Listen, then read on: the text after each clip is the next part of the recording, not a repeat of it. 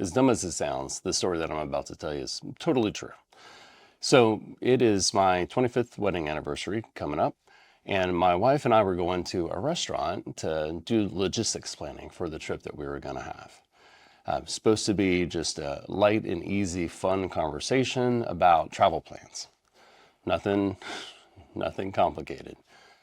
As the conversation kind of progressed, it got into some complicated relational territory.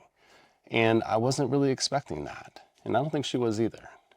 And I don't know about you, but sometimes when unexpectedly, emotionally complicated things come up, I get a little dysregulated. And for me, sometimes that involves me being like a little clumsy. Like all of my energy is focused on this emotional context. And it's kind of like I lose all other control. I mean, not really, but a little bit.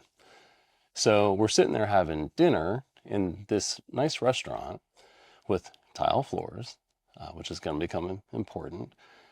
And during the dinner, I dropped my fork onto the floor. And not just my fork, I also dropped my knife. And they clang in a way that resonates throughout the restaurant.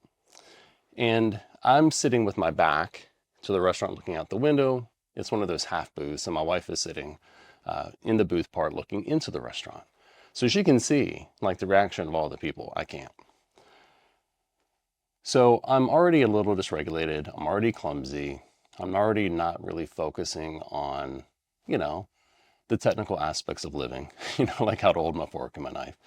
And I decide that it'd be a great idea, instead of just like getting up and going to get my knife and fork, which had fallen behind me like 2 feet somehow. I don't know how I managed that. I decided to lean back in my chair. And this is not like a substantial chair. And I don't know if you've ever been able to tell, but I'm a substantial guy. I'm pretty tall and I'm pretty heavy. So me compared to this chair, the physics were not on my side. So instead of getting up, I leaned back to grab my knife and fork. And the chair just was not fit to the task.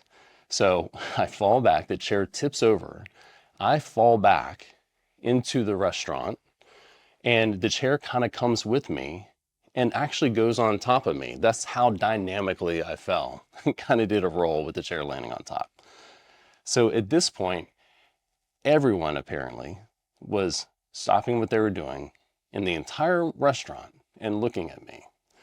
And they weren't looking at me thinking like, oh my goodness, this poor, amazing man, is he okay? They were looking at me like, okay, like, are we done? Like, how else can you interrupt our meal? Like, what are you going to do next? And so I was obviously a little embarrassed.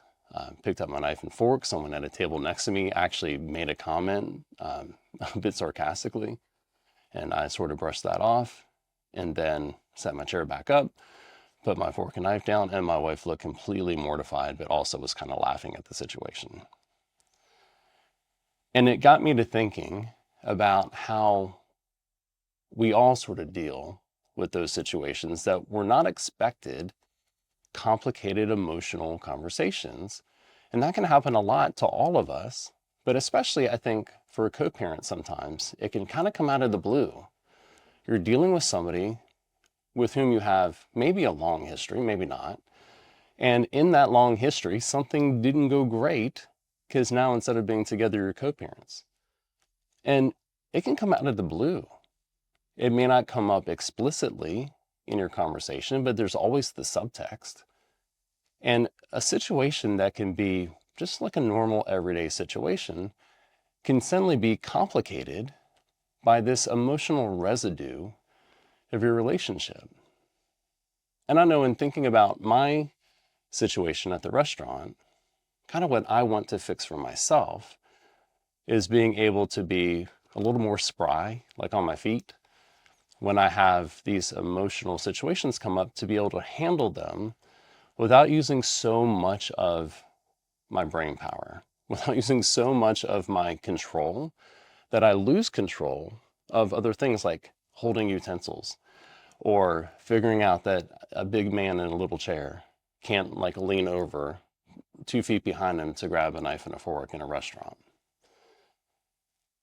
I don't know about you, but my experience at that restaurant would have been a lot better if I hadn't totally embarrassed myself and my wife in front of all the other patrons.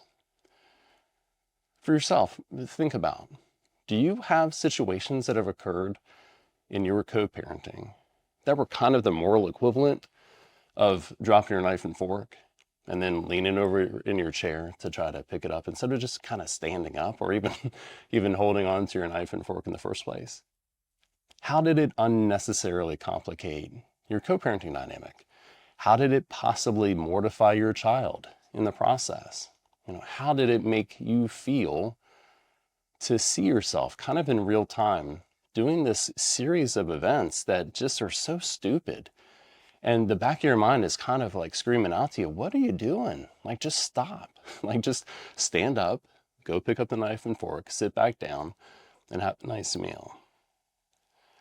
I know that we all have those situations. I know that none of us want to be in those situations. So just give it a thought.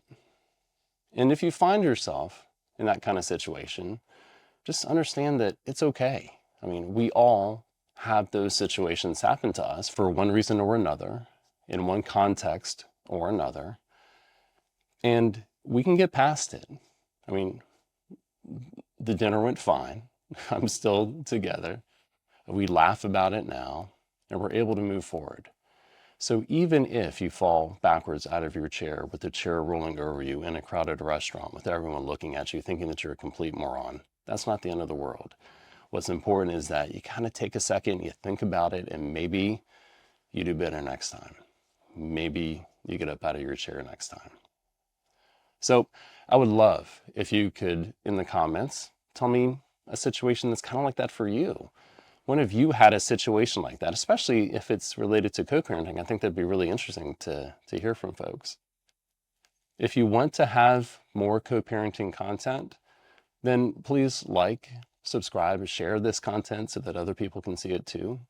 And I would love to start a conversation about some of the embarrassing, ridiculous things that maybe you got yourself into because you weren't quite ready for the situation that occurred, but you're going to do better next time. Thanks for listening. Take care.